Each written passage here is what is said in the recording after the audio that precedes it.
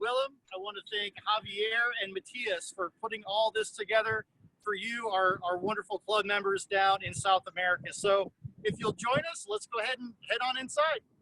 Well, for us in Latin America, it's an amazing experience to be able to take this walk through the amazing facilities that you guys have at the Porsche Experience Center in Atlanta. And basically my role is to provide feedback and provide sort of the liaison between what you guys are doing, and if anybody in the group has any questions or would like to know, I will maybe say a couple of things in Spanish and help out. But basically, I'm just a passive spectator, and I can't wait. I mean, this is basically what we're looking at, how you guys have amazingly reinvented what Frank Lloyd Wright had in mind in Park Avenue in New York for Max Hoffman's first Porsche showroom back in the 50s, correct? All right. Well, again, welcome to our home here in Atlanta, Georgia for Porsche Cars North America. You know, it was really neat, Ray, because last year we actually had a group from Latin America come in and tour the building in person. And I think for everybody that's watching this evening, you know, they kind of want to know what that group saw and kind of some of the neat little, you know, facts and figures about how this building kind of came to be. Right. And then we'll show them, you know, the heart of the operation. Absolutely, absolutely. So when we walked in the front door, this is the main lobby of One Porsche Drive. And as you look around, you can see the architecture, the light that comes in, and of course the beautiful cars, the Porsche cars that are found all around the building. And across the courtyard to the outside terrace level, more cars. And on the other side of that, our 1.6-mile driver development track, which features 8 different driver exercises. And we'll take a closer look at that a little bit later. Right now we have the latest Porsche, the all-electric Taycan model, greeting you right as you walk in the front door. Now, if you have any movie fans among us that are familiar with the Marvel Universe movies, this Captain America Civil War movie, that was filmed in this lobby. Spider-Man Homecoming was filmed in here, as well as the comedy movie that was called Tag. And so you might recognize the stairway, the lobby where we're standing, the courtyard, some other spaces that we walk through if you're a big movie buff. That's right. And if we have any MacGyver fans out there, they actually show the outside of our building as their headquarters in the TV show. That's right. So speaking of the building, the building is roughly 250,000 square feet. It's settled on 27 acres of land. So we have a very large footprint that we get to play around with. And, you know, within this footprint currently, we've got our home office, we've got training facilities, we've got our heritage museum and gallery, and we also have obviously our performance track. And one of the hottest spots in Atlanta right now is our 356 restaurant, which is absolutely unbelievable. So if you can ever make it on up, make sure you come in, have lunch or dinner, sit down and enjoy everything we have here today. So Ray, this is kind of neat because if they're here in the lobby, you can actually see planes flying by, but they can't hear anything. Right, right. There's triple and double pane glass throughout the building. So it is, of course, also an office space, and you have to be able to concentrate on what you're doing. So yes, you're right. Even the hotel that's next door to Porsche Drive, even though the airplanes are flying by, you can't hear them. Absolutely amazing. You go outside, of course, you can hear them, but you also hear squealing tires from Porsches being driven at their limit. But we like to say we don't complain about our neighbor's noise, AKA the airport, and they don't complain about ours. So we actually make very good neighbors in that respect. Well, a small question. How far are you guys from Hartsfield-Jackson, in case any of our listeners have maybe a 4, 5, or 6 hour layover coming in from South America to go somewhere else? Yeah, Javier, that's a great question. So we're actually on airport property. This used to be the old Ford motor company plant, I guess, that they used to have. So we get to see the planes coming in all day because we're roughly I mean, we're right on their property, but from the main entrance to the airport, we're probably about 3 miles. So in fact, here's a plane wow. coming in right here. Wow. That's right. So we're Okay, definitely. I mean, just to get that out of the way, so I don't forget it. To be able to set something up, would any of our members need to get in touch with you guys? Maybe, you know, if they, because obviously everybody knows when you're going to travel, especially nowadays, and coming out of Latin America. So, you know, if I guess in a 4 or 5 hour layover, at least be able to see the museum, have lunch at the 356, or be able to book something. I think that would be really neat. Que como están a 3 millas del aeropuerto de Atlanta, del Hartsfield Jackson, estaba preguntando si alguien tiene una espera o tiene que parar o tiene que hacer hora, tiene que hacer escala en Atlanta. Preguntándoles a ellos cuál es su experiencia con viajeros internacionales que tienen una estadía más de 5 o 6 horas por el tema de aduana, etcétera, poder ir al centro y por último ver el museo y conocer el lugar. Es un poco lo que les estaba preguntando. All right, that's the Spanish part. Yeah, you can easily actually make reservations for either the restaurant or the performance driving experience. Just go to PorscheDriving.com and you can book right there online. And if you decide that you want to stay overnight, we've actually got a hotel directly across, still on our property, but directly across the street. And it's a pretty good setup if you're staying in town. Absolutely. You might only have a 5 or 6 hour layover, but you really should maybe plan a day. Plan a day extra and stay here in Atlanta, then fly out the next morning. Probably there you go. Then you can enjoy everything without being in a rush. Because we, as Mark pointed out, we have a lot we'd like to show you. So maybe what we should do is, if we'll head down the stairs towards the Classic Center where the Heritage Gallery is, we've got some special cars we would also like to talk you through, as well as some other fun facts about the building. So if we're all set, why don't we take a walk, head down that way? All right, sounds good. You'll notice this custom 4-panel Nicholas Hunzinger artwork that's hanging on the wall. This is an original that Nicholas did for One Porsche Drive, the year that we opened here in 2015. And of course, Porsche returned to Le Mans, win number 17, I believe it was, in 2015. And this piece of art commemorates that. Beautiful. And it's actually kind of a neat little fact about the building. They actually held a design competition within, you know, some local architect firms here in Atlanta. And the one that we chose, you know, we chose them for a certain reason. And I think we're going to see that reason in just a little while. But everything was designed for a purpose, just like our cars. It has to function, but it also has to look beautiful. So come on downstairs and we'll begin the tour here as well. Yeah, that's a great story. We'll share that down here with the architect's model. And as we walk down the stairs, as visitors head down this way on a daily basis, you're able to look through the window here and see the Classic Factory Restoration Workshop, where there's customer cars in progress. Look and give you the backstage tour there.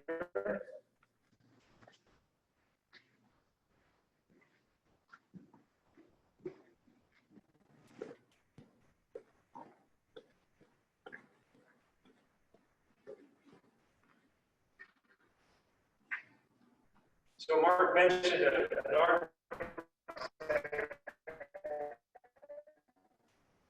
Having a little trouble with the audio. Maybe the Wi-Fi is out of range or something. Yeah, could very well be the Wi-Fi. Are you able to hear me better now? Yeah, that's perfect. Yeah. Great. Okay. So this is the architect's model of the winning proposal, and as you can see, we're losing you.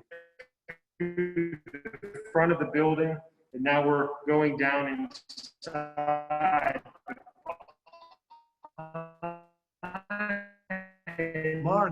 Mark, in that area you don't have very good connection. So let's go to the more open area. Yard is the playground. Oh man, we'll show you this in a moment. We But you didn't can catch see any of the one of the last reasons 30 why seconds. the design was chosen was because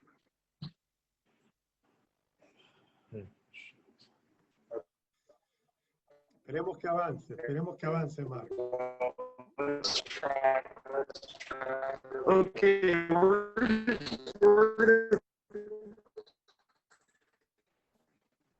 did we lose you guys?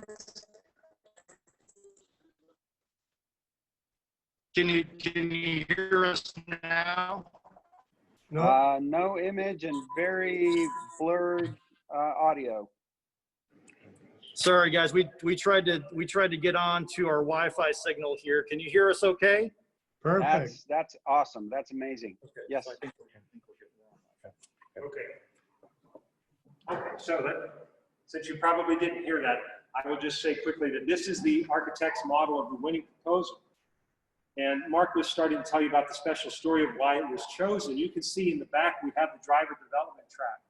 But if you look closely at it, you can see that the track actually comes in, enters and goes underneath and through the courtyard, back out the other side, and connects down this way.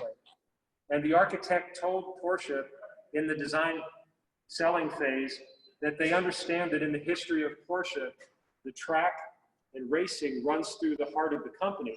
And so they felt that it would make sense if the track ran through the heart of the building in order to make that connection.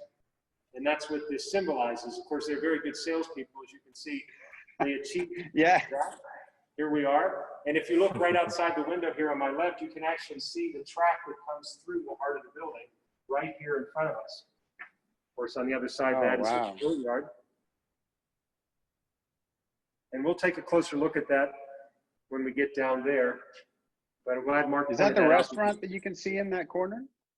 It's in the upstairs, not down here, but it'll be in the upper hand. We'll get Oh, closer okay. to that a little bit further down the tour. I also want to point out too that, as you can see from the map behind us, we have other experience centers throughout the world. The first one, of course, was in Silverstone, and then Leipzig, followed by Atlanta and Los Angeles, and recently Hockenheim and Shanghai opened. So there are other Porsche experience centers throughout the world. What's unique about the one in Atlanta is it's the only one connected with corporate headquarters for the home of a subsidiary like Porsche Cars North America. That's right. And the one out in LA, if you're ever in Los Angeles and you want to take a look at that one out there, that actually houses Porsche Motorsports North America. And you can see all the cars that they work on, some of the classics that people have brought in. It's a very unique property, just as this one is. And so if you're ever in that area, we definitely encourage you to take a look. Cool. So Ray, I know, next we'll go into the Porsche Heritage Gallery, which is kind of your baby. Yes, absolutely. We'll talk about some special cars that are in there, but first I want to point out before we do that, the trophy case behind us over here, this is a car company. This is a Porsche headquarters, and when we win those awards for Car and Driver 10 Best or J.D. Powers, those awards are actual awards that they give you, and they have to go somewhere, so we share those here. So it's not just advertising for a magazine that is done. As you can see, they actually give you an award, and this is what they look like.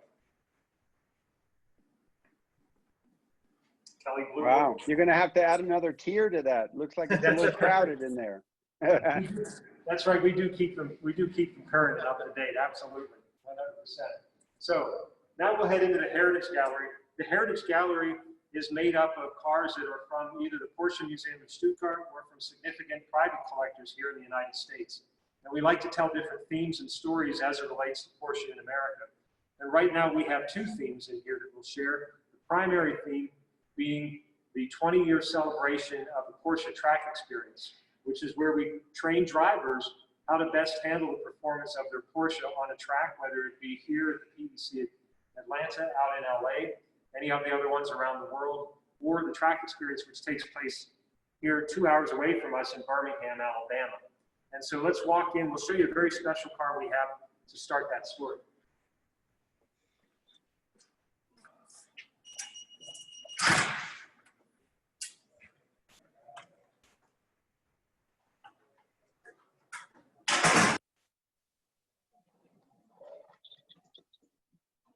So again, as I pointed out, 20 years of engineering drivers.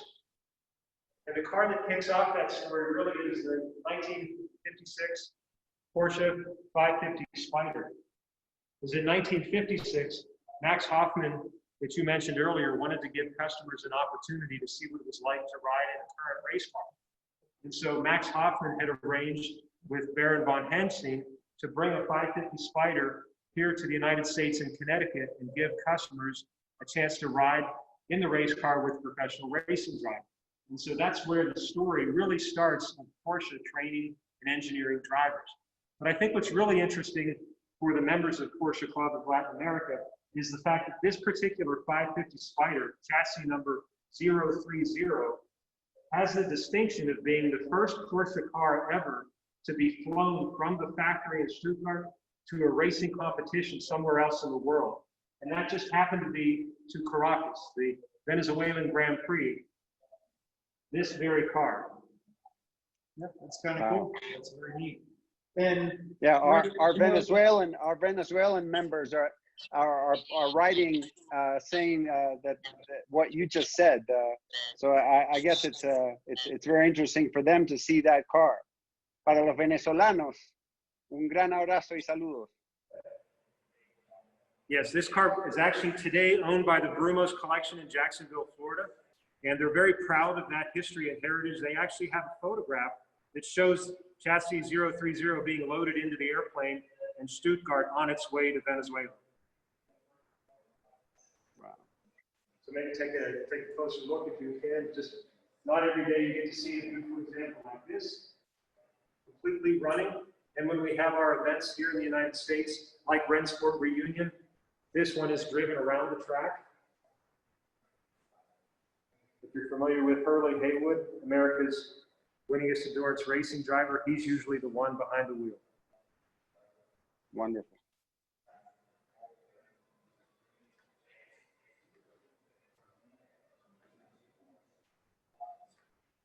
Do you guys have a technician that's knowledgeable in the 547 Furman engine? We do, and within Porsche Classic, we do, yes. Wow, that's got to be the most complicated piece of machinery and engineering that that came out of the 50s, I would assume. That's right. I mean, it is very complex, and tuning it is like building a fine watch. Yeah, I love that license plate, Huschke von Heinstein. That's right. That's because Huschke was the driver. He's the one that took the car to Venezuela for the Grand Prix. Wow, that's amazing. That's just history in that you can touch and see. That's amazing. all right, so we have many special cars in here, and actually it's kind of neat because every 6 months the theme of the Heritage Gallery actually changes, and we bring in new and different cars from all over the world, and sometimes we share them with the museum in Stuttgart. And this right now, currently, Ray, we have something really kind of unique going on, because this actually, the display that you're about to see kind of tells the story of how we actually bring our cars to the public who can drive them on the track. So at driving schools, performance tracks, this is what this 6 month period has kind of been devoted to, in how our programs like the one in Barber, at Barber Motorsports Park, actually came to be. So it's kind of neat that you guys do a timeline for everything. Right, you can see that against the wall here as we move through time. I started out in 1956. Really, by the year 2000, though, is when it became what we have today. The first version of that Porsche track experience started 2003. We added the off-road element to that in Birmingham at the Barber Motorsports Park. And in 2011, we added the opportunity for customers to not just ride in a race car, but actually get behind the wheel and drive it.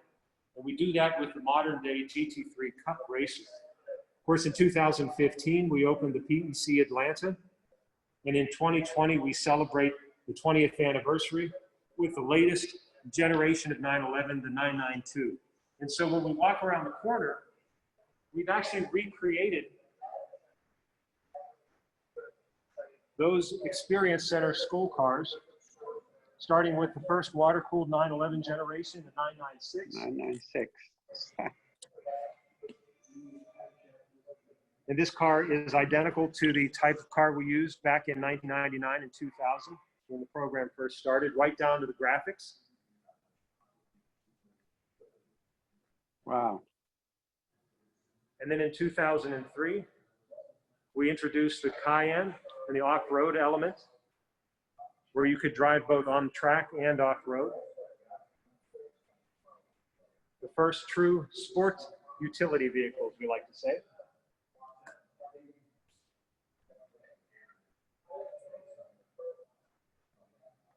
And then, as I pointed out previously, in 2011, we offered the GT3 Cup School to give customers a chance to get behind the wheel of a modern race car and experience the ultimate GT performance for themselves.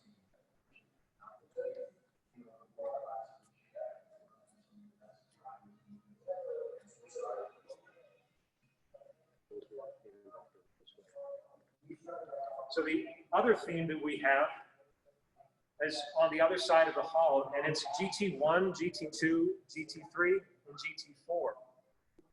Beautiful, amazing cars. They've all got great wings on the back. If you like wings, this really is going to be the series for you. And so if we go back up to the head of the line here, we have the G99, which was built here in the state of Florida in the United States. This car was inspired by the GT1 Porsche, but whereas that car was turbocharged, this car is normally aspirated. It started out life as an open-top Spider and was converted to GT1 spec, what you see today. And it was driven by people that you might recognize, Steve McQueen's son, Chad McQueen.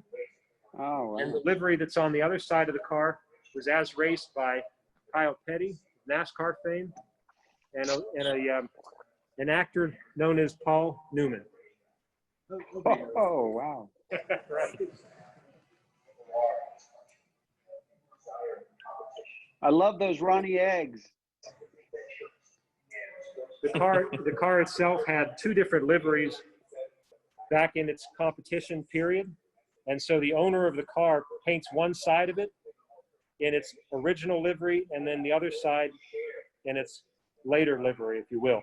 And so depending on what side you look at, you get a different memory. That is cool.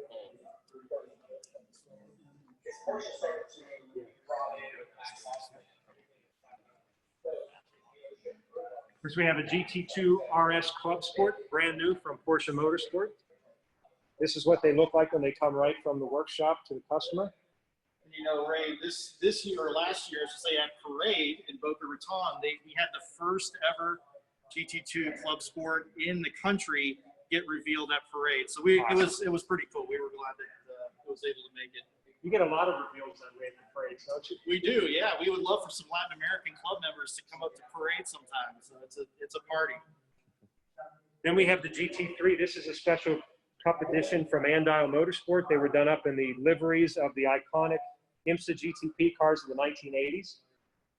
They made 5 of these special editions back in 2013.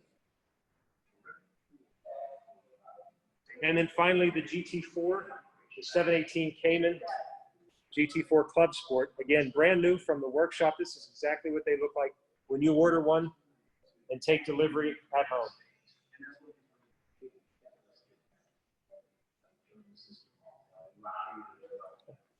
So as you can see, we've got a beautiful setting built into the Heritage Gallery here where people can come and they can sit while some of our tour guides take them around the building, just like we are doing tonight with you. But also, we get to commemorate certain things within our own history that are featured here. So the TV that's on the wall may get a little loud, but we're going to take you over to the club area that kind of focuses on the Porsche Club of America display that we have built in to the wall unit. So come on over here.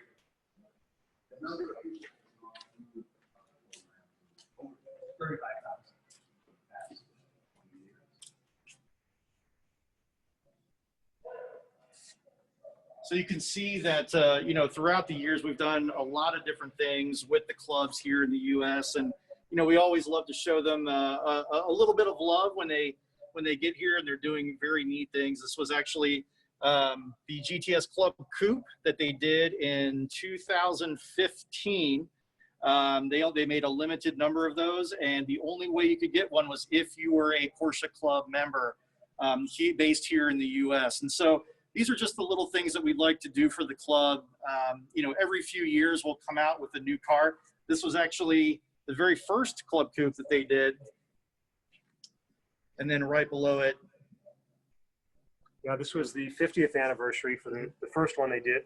And then as you pointed out, the 60th anniversary, 50 of the light blue cars, the California Azure metallic blue, and then the Club Blau special color they crafted just for the club. Graced the 60th anniversary model, and that's what this is representing, including the build book behind that, which is really fun when the car goes through production to track the actual build of that vehicle. Yeah, and we actually do build books for a few different special edition models. So if you can ever get your hands on one, it's really neat to look through. It's very well done, and it follows the process of the car from beginning to end. So absolutely. All right, so so for time purposes, Ray, let's go ahead and head on downstairs real quick. We're going to take you to an area right now that is actually closed and is off limits. But for you, we're able to step over the ropes. All right. And show you some very special cars in waiting.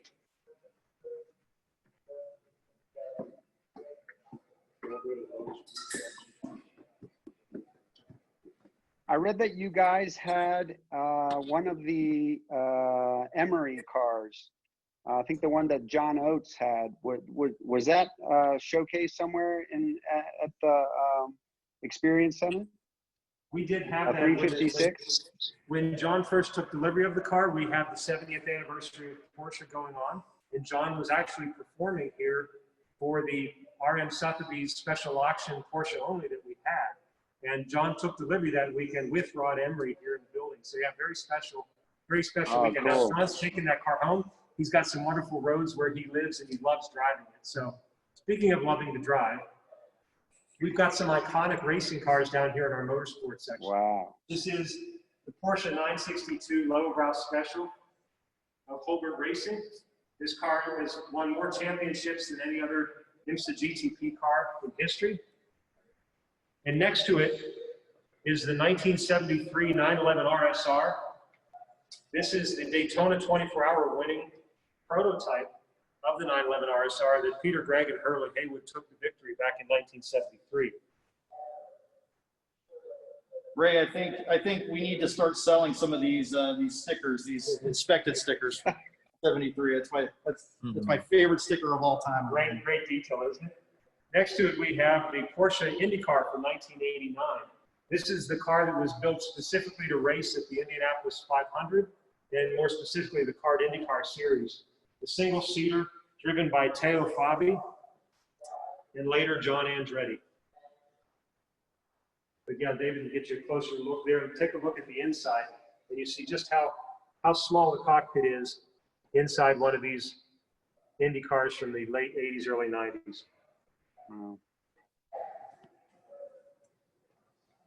Speaking of IndyCar, the owner of this particular car is 1986 Indianapolis 500 winner Bobby Rahal. This is his personal Porsche Carrera 6 from 1966. The reason why he has this car in his collection is because his father actually owned one of these back in the 1960s when he was an amateur racer in the Sports Car Club of America competition. And Bobby eventually had a chance to drive one himself. He's got great family memories of his father in this particular model of Porsche. Now this one that's sitting here ran the Targa Florio back in 1966. The original owner of this car was a young Sicilian who got this as a Christmas present from his parents so that he could go compete in the Targa Florio in 1966. Actually finished 8th. And again, there's another one of these wonderful stickers. If you take a look at the windshield up close. Wow. And of course, here's an early 911 with a 2-liter flat 6. This is actually the same engine that powers this street vehicle as the engine that was used the basis for the Carrera 6. So very similar 2-liter engines between these two Porsches, both period correct. What year is that 911? I am not 100% certain on that. Let me see if it's got the telltale. Because I have a 68 912 in that exact color. And I was just mesmerized when I saw it. Yeah, this is a 911. This is a 911. But I don't know the exact model year on it. Wow, that is beautiful. I want to say 69. That's Here's still a a short wheelbase. No. Here's a 911 Turbo S 993. They've only made 300 of these with the air intakes that were inspired by the 959 model. These were crafted by hand. A lot of people think that Porsche actually stamped fenders for these cars specifically, but they didn't. They took a 993 Turbo and cut a hole in them and made these fender vents by hand for all 300 of the cars. Wow. Very special. The Turbo S's also had a very special silver finish on the wheels, and they had yellow brake calipers, which today you look at that and you might think it has carbon ceramic brakes, but this was before we actually did that. These were just painted yellow. It was one of the distinguishing features of the 993 Turbo S. And then, of course, we have the earlier 930 Turbo. This vehicle is in for vehicle restoration to be brought back to full factory specifications with our factory restoration program.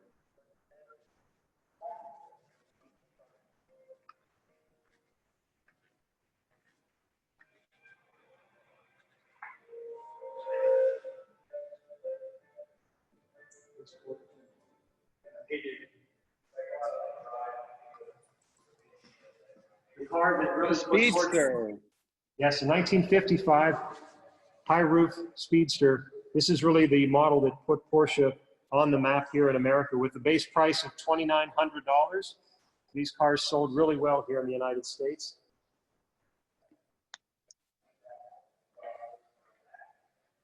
And then as we pointed out earlier, this is the first of the 50th anniversary PCA Porsche Club of America Club Coupes that were sold back in the 2006 time frame. Chassis number 1. Wow. It's a beautiful color. Yeah. Yeah. So these cars are all in great shape for the most part, even though the one over there is going to get some restoration work done. We thought what we'd like to do with the remaining time that we have is to take you into the classic workshop, show you some of the customer cars that are in progress there, and then we'll head up from the courtyard, up the stairs, back into the lobby, show you some more of One Porsche Drive's main lobby as we head down to the cafe and eventually to meet Ron Cunningham, who has a very special opportunity for you. All right, sounds good. Great. Follow us.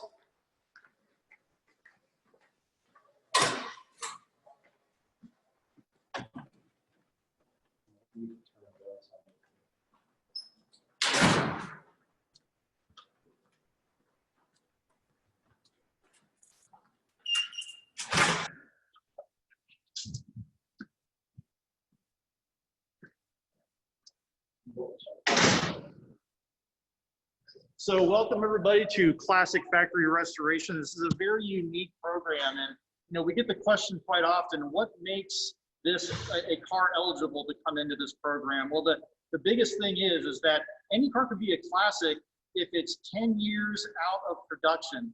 So even some of the Cayennes now are getting into classic status. It goes all the way back to the 356 line, and you can bring any of those here or to any of our classic partners.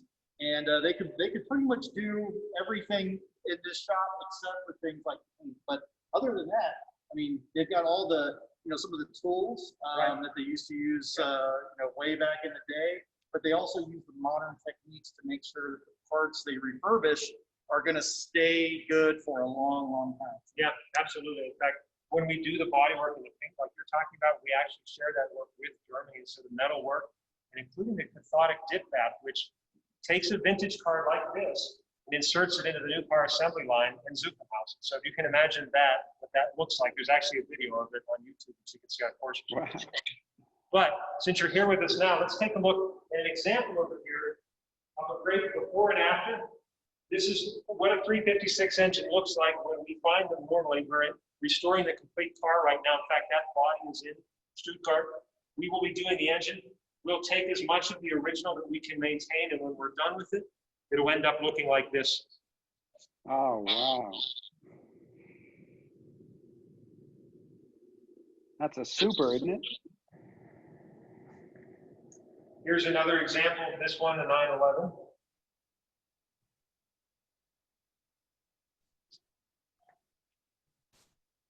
And then if we can sort of walk over this direction here, I think it'd be fun since we have this 914.6 up on a lift. You can get a good look at the underside. Work in progress. Ray, I think we love our 914 owners. They're some of the most enthusiastic members and owners that we have. So we love them. Absolutely. This is a wonderful driving machine.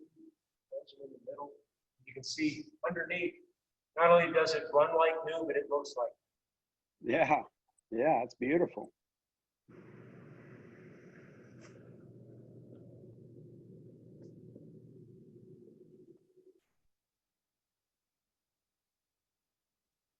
Okay.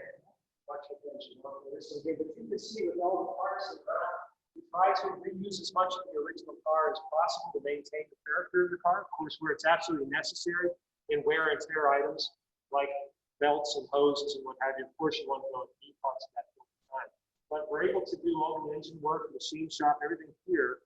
We can bench test the engine on one of these run stands before we even put it back into the car to make sure that it operates properly.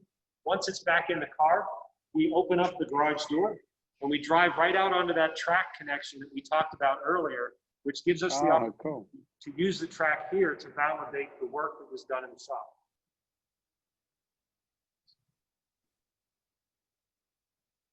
What model are you guys seeing more and more interest in, like in this as of this year in the classics? Like, because I was surprised to see a 914, although it was a 914.6. Those are pretty special cars, but it's interesting how interest has gone up in different models as time goes by. Absolutely. In fact, we've started a Carrera GT program. Now, those cars are not likely to be barn finds at this point in time, but there's an opportunity to do a lot of custom work in bringing the car to a specification level that the customer may have wanted to order the car originally. So we've done that on the more recent Carrera GT. But yes, you're absolutely right. The 986s, Boxsters, the first generation of Boxster, and the 996 now. Of course, we see a lot of 964s. We've done turbos. We've done the 993 models as well. We have a full 993 turbo restoration in process right now, a car that has a very special full leather interior.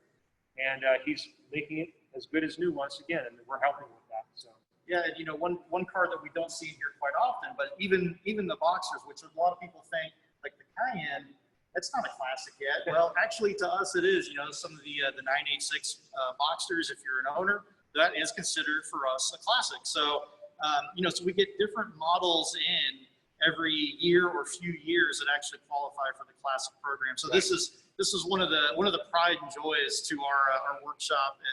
Throughout all of the world, this is this and Stuttgart are two of the probably best examples that you could get. But we also have classic partners within our dealers that do a lot of this work. That's right. We have over 71 classic partners globally that specialize in helping to service and maintain and restore Porsche classic vehicles.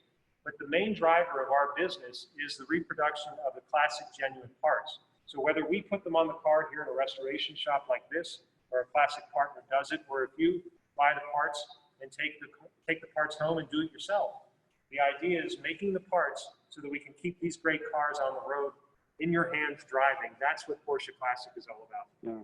I can give you a testimony on that for my 912.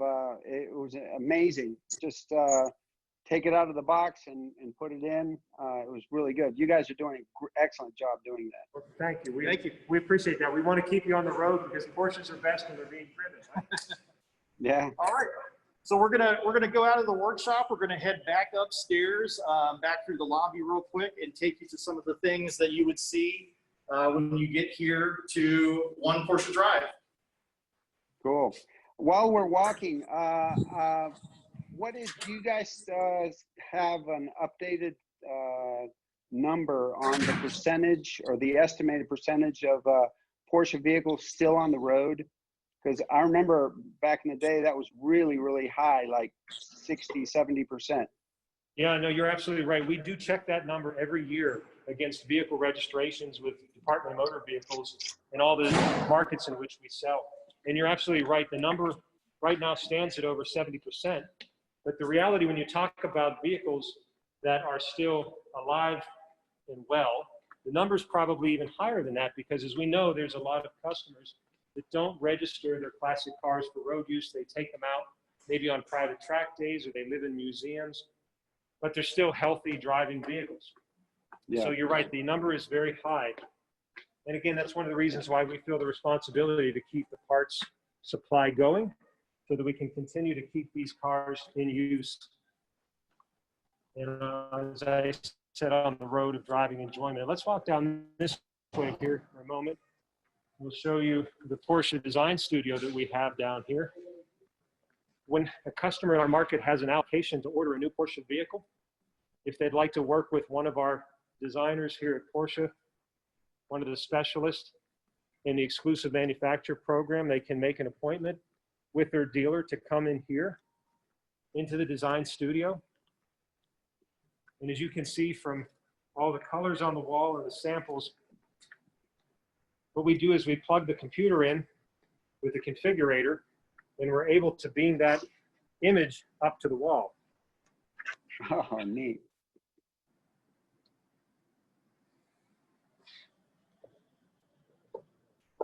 And even though we have a lot of colors up here on the wall, as you can see from what's in the drawers, there's a lot more ideas and samples.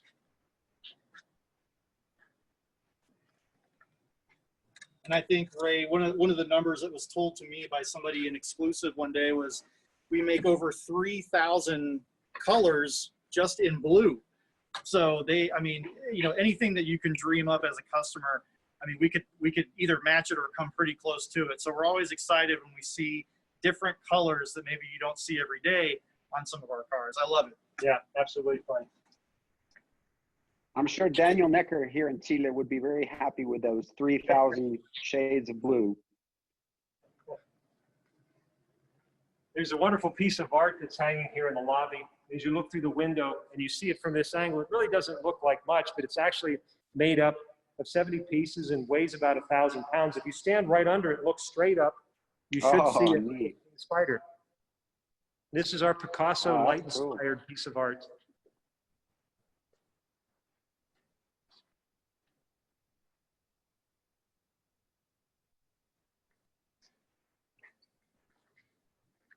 Now, in normal times, when the office building is not closed due to a global pandemic, which doesn't happen often, this space is normally used for a lot of events. We have a lot of business-to-business events that take place in here, not just with Porsche, but other companies will come in and have events here inside the space. Heck, we've even had a wedding in here. We've had a fashion show, and we've had a collector car auction, as I pointed out. So a lot of events in the last 5 years. And it's kind of funny, the wedding that we did here a few years back was actually to 2 PCA club members that had met at a racetrack. They got engaged, they got married, we took them out in a Cayenne. I mean, it was quite the show, but it was kind of neat how we, you know, involve the community in all different ways here at the PEC. So we were pretty excited to have them come out. Very cool, very cool. That's cool. Continue walking down. And again, you get a chance to see the architecture, the beautiful shape of the building. And as Mark pointed out, it was really inspired by our product, so much so that even though the airplanes fly over and have a great view from the top, they wanted to make sure that the building looked aesthetically pleasing from the outside, just like a Porsche does. So when you fly over the building, you'll notice that there are no air conditioning units sitting on the top of our roof. We don't have chimneys and exhaust fans and things on the roof. It's very sleek and contained, just like a Porsche car when you look at it from overhead.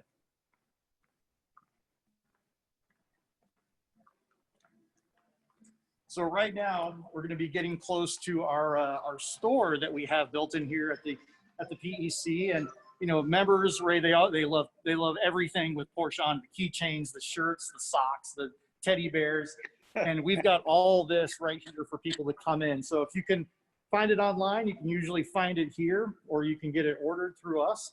But it's a really fun store to come in, and you can see everything from sunglasses to luggage and everything in between. But you know, our store does some special edition things as well that you can only get here at the Experience Center. Oh, neat.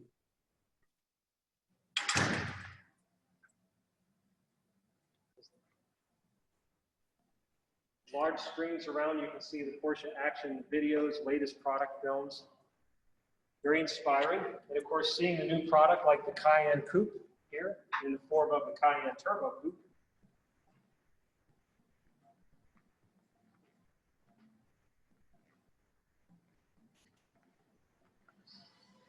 For those of you who haven't seen the Cayenne Coupe in person yet in Latin America, when you do see it, you'll notice it. And it's one of the most beautiful coupe SUVs that is presently on the road. I know I might sound like, oh, well, you work for the company. Little biased. I'll put this one up against any other car maker's coupe any day. So We're a little biased. a little bit. Absolutely beautiful. You can certainly see the 911 influence in the fly line. Now, when a customer comes in that has a drive experience here at the PEC, they normally walk in the front door after they've checked in. They come up to this desk right here where they sign in, and they'll meet their drive instructor. And from this desk, they'll walk down the hallway towards Carrera Cafe where they get ready to head out on the track. Before we do that, though, if we look down the hallway to the left, we also have a simulator lab. So for whatever Porsche model you'd like to drive that we necessarily can't drive here on this track, like let's say the 550 Spider or even a 919 hybrid, you can do that inside here in the simulator lab. Not only tracks here in the United States, but we also simulate Le Mans and the Nürburgring as well. Now, Ray, this is one of my favorite features at the PEC, and I've never seen anything else like it in any other corporate office, if you will. So the neat thing to me about this is kind of the design of it, and how the center kind of represents I would say your basic models, Right. but it's your it's where the models kind of start, and everything above is kind of goes towards motorsports, and everything below kind of goes more toward, everything below goes motorsports, and then above is kind of special editions and so forth. So Absolutely, yeah. So you can look at the Porsche timeline. We actually have a lot of fun with this. As you can see, it's complete, but it's not complete. So every quarter, we usually add more models to it so that we can increase the representation. One of the questions is, why is it a coupe if it has 4 doors? It's a great question.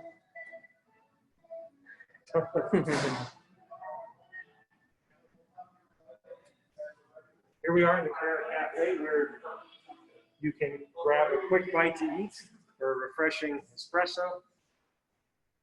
Should you need a little bit of a adrenaline kick, caffeine kick, but actually that doesn't happen too often. It's all the adrenaline kick comes out on the track, but the modern design styling in here you can see very crisp and clean, again, like the Porsche car itself. When you look out, you can see the Hartsfield International Airport, just how close we are to the runway.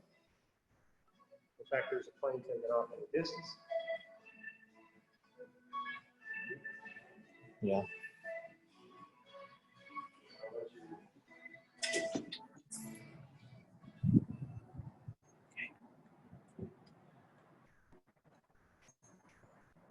So you can see if we kind of pan over to the right a little bit, you'll see the Hartsfield-Jackson International Airport. It's the busiest airport in the world, even busier than Heathrow, JFK, a lot of the airports. This is it. This is where everybody comes in. And right here, again, on airport property, you can see this is our performance track. And we've got a special little surprise lined up for you guys tonight, so you can see exactly what the performance track can do. And in order to kind of kick this off, I'm going to throw it over to Chris Wallace. Chris is the operations manager here at the PEC. We got a plane in the background, so.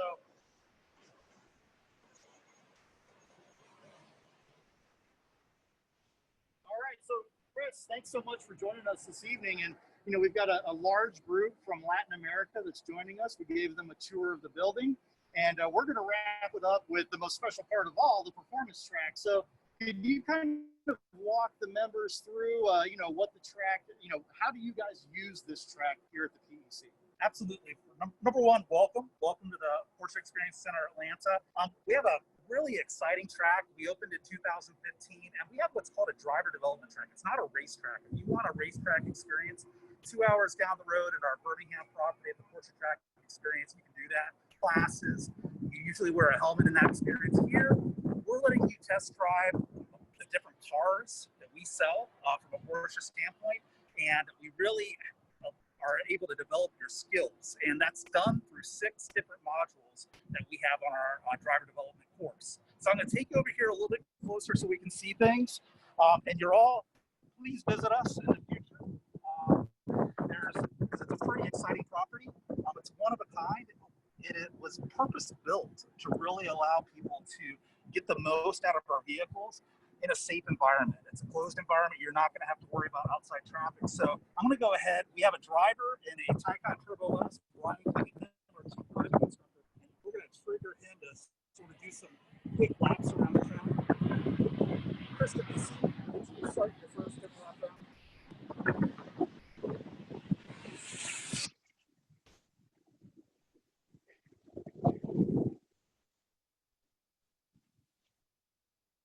So we have a 1 mile outer handling. Sorry. Switch sides. Sorry. We have a 1 mile outer handling circuit, and that car's taking off very, very quickly. Oh, wow. And it allows our guests to really, there's different elevation changes and curves. It's really like a country road with different undulations and ways to really help you to learn how to accelerate and brake and turn. And he's taking a turn right now. This is a 40-meter polished concrete circle.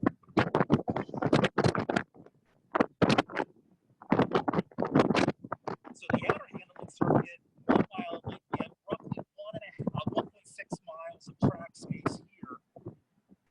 And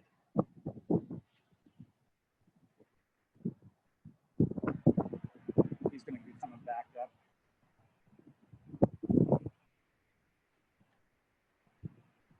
Hey, Chris, a question. Do you hear me? Yes, I can. Is that polished circle that you just mentioned, can you flood that and spin out and try out everything with water?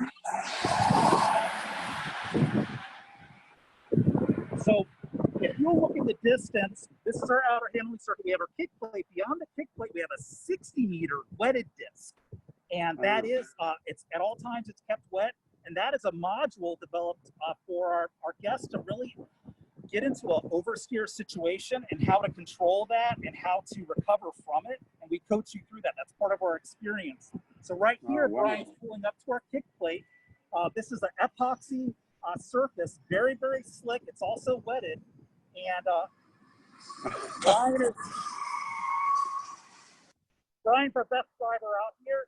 He let you see what happens when a lateral force hits the back of your car and spins it out.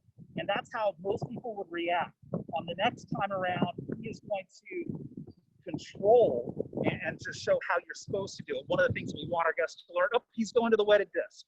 He is in a hurry today. So once again, he's going to demonstrate some oversteer.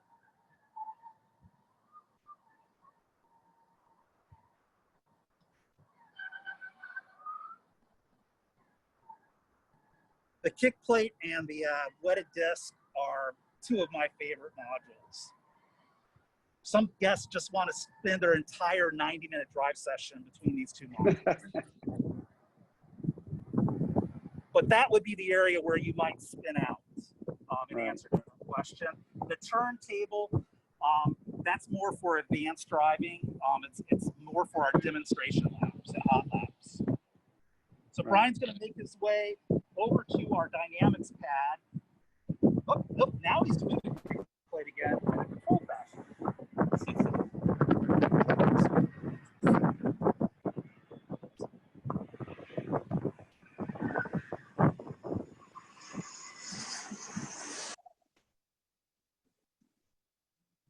We recovered and took the car where he wanted to go. and that's really what we want our guests to learn. The Taycan Turbo S, right at 5,000 pounds, pretty stable platform, but very, very fun to drive. That kick plate is very random. You never know which direction it's going to take you in.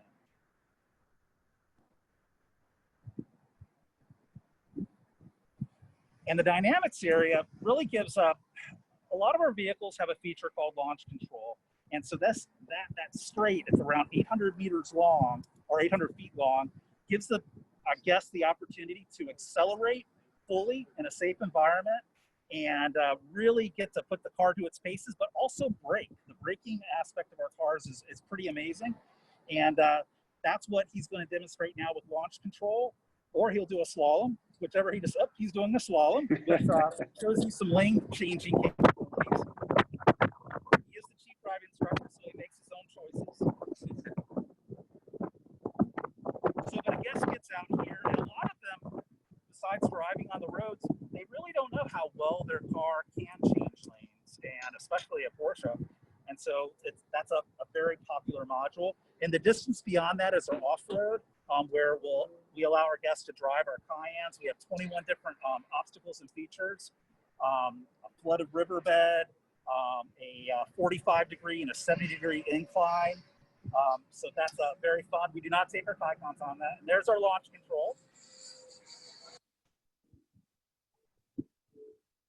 Oh, the braking, yeah. The Taycan has regen brakes on all four? Correct. Wow. Correct. That is So every amazing. time you apply the brakes, it helps to regenerate the brakes or regenerate the battery.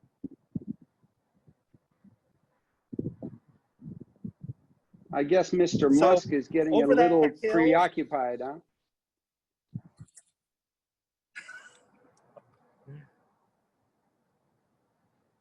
So Brian's going to come back up the outer handling circuit, but over that rise over there, you don't have a good view, but we also have a low friction handling circuit. The entire circuit is composed of polished concrete, very tight camber turns and multiple elevation changes, really allows you to get the good feel for how well these cars handle.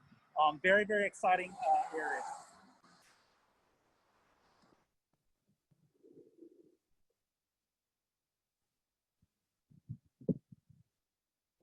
All right, so that was the performance track, and again, if you're ever here in Atlanta and you have a couple hour layover, we want you to come out here and give one of these things a try. It's absolutely phenomenal. So we're gonna go back into the cafe real quick. Everybody loves to have some fun. We'll answer a few questions, and that will conclude the tour. Wonderful. Vayamos preparando las preguntas para hacérselas.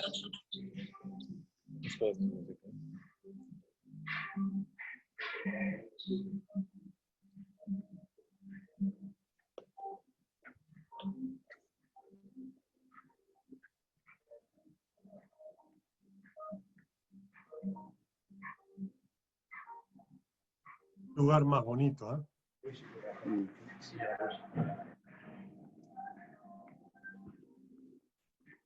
Creo que habló de que en el taller habían recibido algunos carreras GT, pero no sé si es que tienen ahí ahora en este momento. So we really loved having you guys out tonight to be able to join us to see, our home here in the U.S. And we do have a couple minutes for some questions. I don't know if any members have any questions about what they've seen or just anything in general about the building, but be more than happy to answer them while we have you here. Well, one of the questions that I saw earlier, I guess you guys read it as well, is if you could explain why the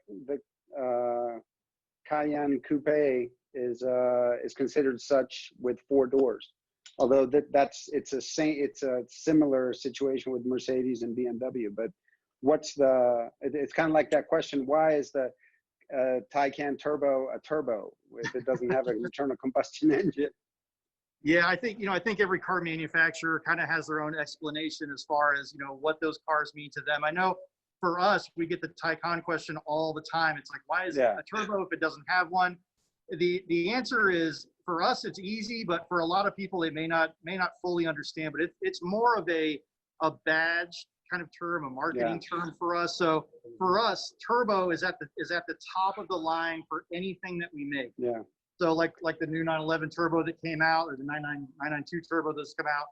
So what the marketing team in Germany decided to do is they said, we're going to keep this turbo badge to let you know that anything with the turbo on it from us is going to be the top of the line for any of the models that we make. So although it is kind of a weird thing to do, and we get that question a lot, that's pretty much why they do it. It's basically. But I assume that you don't get that question from Porsche guys, because we get it.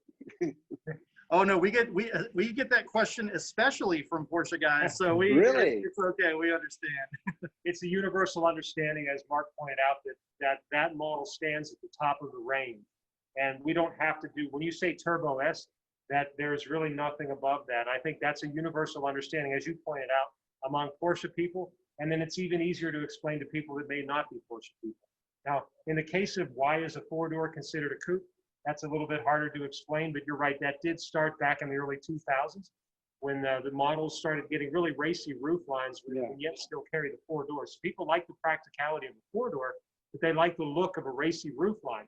And so when we look at the Cayenne, you see that profile that it has, which is very similar to the 911 Flyline, where it drops down in the back, very coupe-like, but you still have the convenience of the four doors. Right. Yeah, that's right. It's mainly for aesthetics more than anything else. And it does look great. It does look great. ¿Alguna otra pregunta? No. Yes, somebody was asking here, sorry, let me move the questions up. How can one get a car in the Porsche Classic plan? How can someone get a car in the Classic restoration? Great question. If you're interested in working with Porsche Classic on the ultimate experience, bringing your car back into like new condition once again, then if you go onto our Porsche website, you'll see contact information on there with our email address so that you can reach out, whether it be here in Atlanta or at the factory restoration in Stuttgart. The contact information is on Porsche.com under the Classic section. Perfect. Thanks for asking. Okay, well, I know that they're trying to get this place spick and span for our next group to come in tomorrow. So we're going to go ahead and call it a night. But I just want to thank all of you in Latin America for joining us this evening. And on behalf of myself, Ray Schaefer, Chris Wallace, and David Armas, our wonderful cameraman. David, flip it around so they can see you real quick. There you go. There's David. Hold on. Wait, There he Hold is. on.